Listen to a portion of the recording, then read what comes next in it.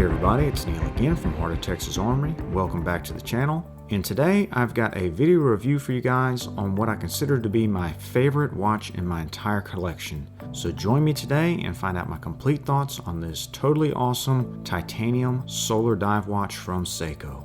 So what you're looking at here, guys, is a Seiko SBDN013. This is a solar-powered quartz dive watch, fully machined out of titanium, and it is a JDM watch here. So these are available in Japan. They're a bit rare here in the United States, although you can pick them up here as well as other countries, but you're typically going to find them on the used market. So they are available from time to time, and I definitely recommend you try to track one down. It really is an awesome dive watch. So one of the reasons why I really love this watch is because of the amazing set of specs it has, as well as the dimensions here. The watch has what I consider to be the holy trinity in regards to case diameter, lug to lug, as well as case thickness. So taking a look at the case diameter here, we do have a 40mm case diameter, 43.5 if you include the crowns, so a very impressive and wearable case diameter size that will work on pretty much anyone's wrist size. Lug width here is 20mm, so very common size if you decide to replace the bracelet with a strap or something like that. Lug to lug is also very impressive at 46.5, so fairly short. My wrist size here is 6 7/8 inches, and it wears just beautifully on my wrist here. It's going to work on pretty much anyone's wrist size because of that case diameter size as well as that short lug to lug. Case thickness here is 12.5mm, so it does wear beautifully here on the wrist. It'll fit under jackets or shirt cuffs no problem at all, but it also is thick enough that it gives you a little bit of wrist presence. So this 12.5mm case thickness is just about perfect.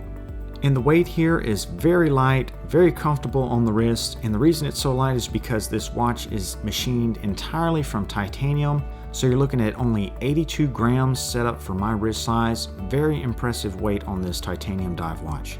And we'll quickly go over some of the other highlights of the specs here. We do have a Hardlex crystal, drilled lugs here, which is very nice for changing out the bracelet if you wanted to. This is a dive watch here, and it's actually ISO certified. So this is a diver's 200-meter water-resistant dive watch, so very impressive performance there. The movement we have here inside this watch is a solar movement. It is a Seiko V147 solar movement, very reliable quartz movement. Expect to get between 6 and 10 months when fully charged, so very impressive performance, and you'll probably get about plus 5 to 10 seconds a month with this movement.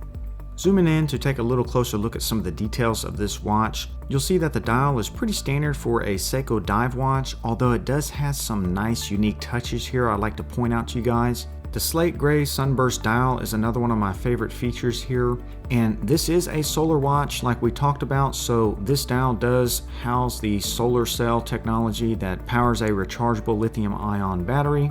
But it's a very beautiful dial overall. I really like that slate color as well as that really cool sunburst effect. Overall, the dial is simply stunning, particularly when you get it into bright sunlight like you're looking at now.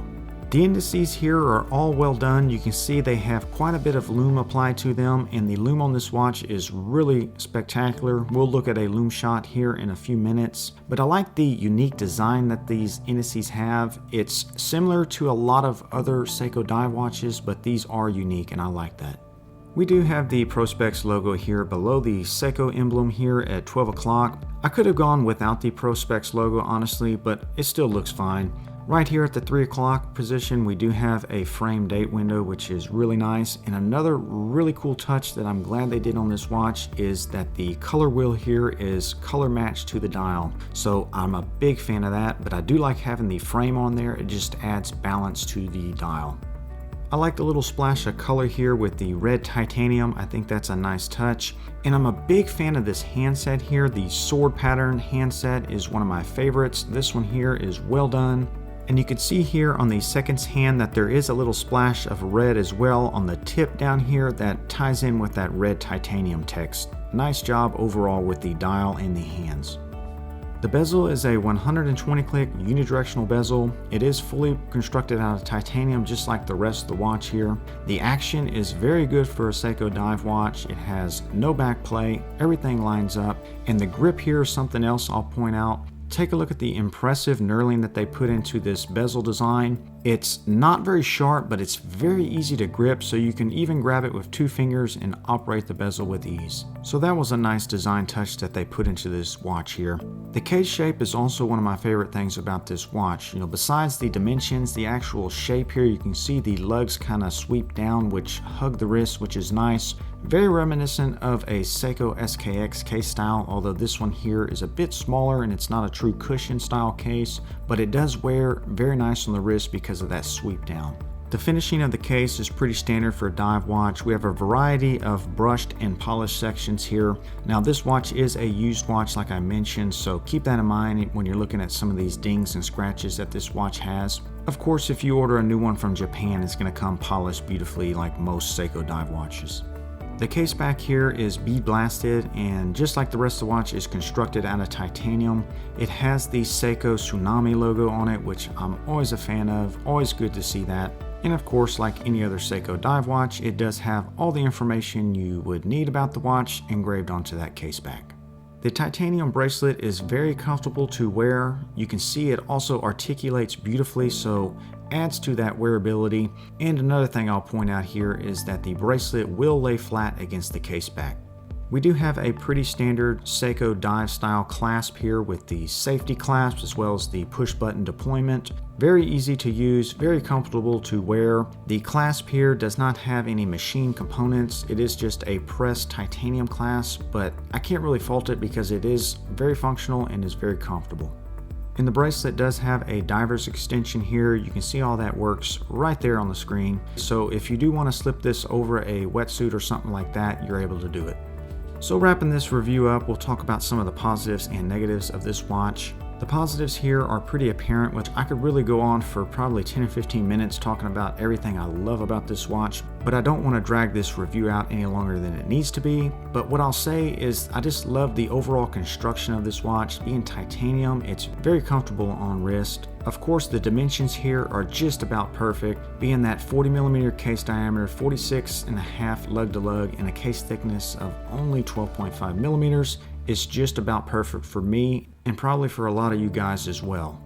Being a fan of quartz dive watches, this Seiko solar-powered V147 movement is definitely a positive. So it gives you all the benefits of a quartz movement, the accuracy, the reliability. But being a solar-powered movement here, it's pretty much maintenance-free. You don't have to worry about changing batteries. It's pretty much good to go for about 15 to 20 years. The lume is also a major positive with this watch. You can see that lume just glowing like a torch here on the screen. The watch is packed full of Seiko Lumibrite, which is probably the best lume on the market. The lume will last throughout the night. It's easily readable even after 8 to 10 hours. So overall, the lume is simply spectacular. The overall aesthetics are something that I'm a big fan of as well. I like the unique design here. This watch is something that you would probably easily recognize as a Seiko dive watch. So I like that it has the Seiko look and feel, but it's certainly not an SKX or a Turtle. As for the negatives here, there really isn't a lot to report. Like I mentioned, this is probably my favorite watch in my collection, but it's not perfect. So the only thing that I'm gonna mention to you guys is that the crystal here is a Hardlex crystal. So being a Hardlex crystal, it will scratch easier than sapphire. You can see my watch here does have a few hairline scratches. They're not really noticeable unless you put it in the right light, but I definitely would have loved this watch to have a sapphire crystal. But overall, this watch is really awesome. It is my favorite watch in my collection, at least currently here. The specs and dimensions are just perfect like we talked about. The price point here is also impressive. New, you can pick these up anywhere from about $350 up to about $500. Used, expect to pay between $200 and $400, so they are quite affordable at under $500, but you're getting quite a bit of watch here in my opinion, getting the titanium, the solar movement, and the unique design. So if you're like me and you're a fan of quartz dive watches, this one here is one of the best on the market, at least that I'm aware of. And I highly recommend this watch, particularly if you're into quartz divers. This is certainly one of the best. Guys, if you have any questions or comments on this timepiece, leave them down below and I'll do my best to answer them. And guys, I'll catch you on the next one. Y'all take care.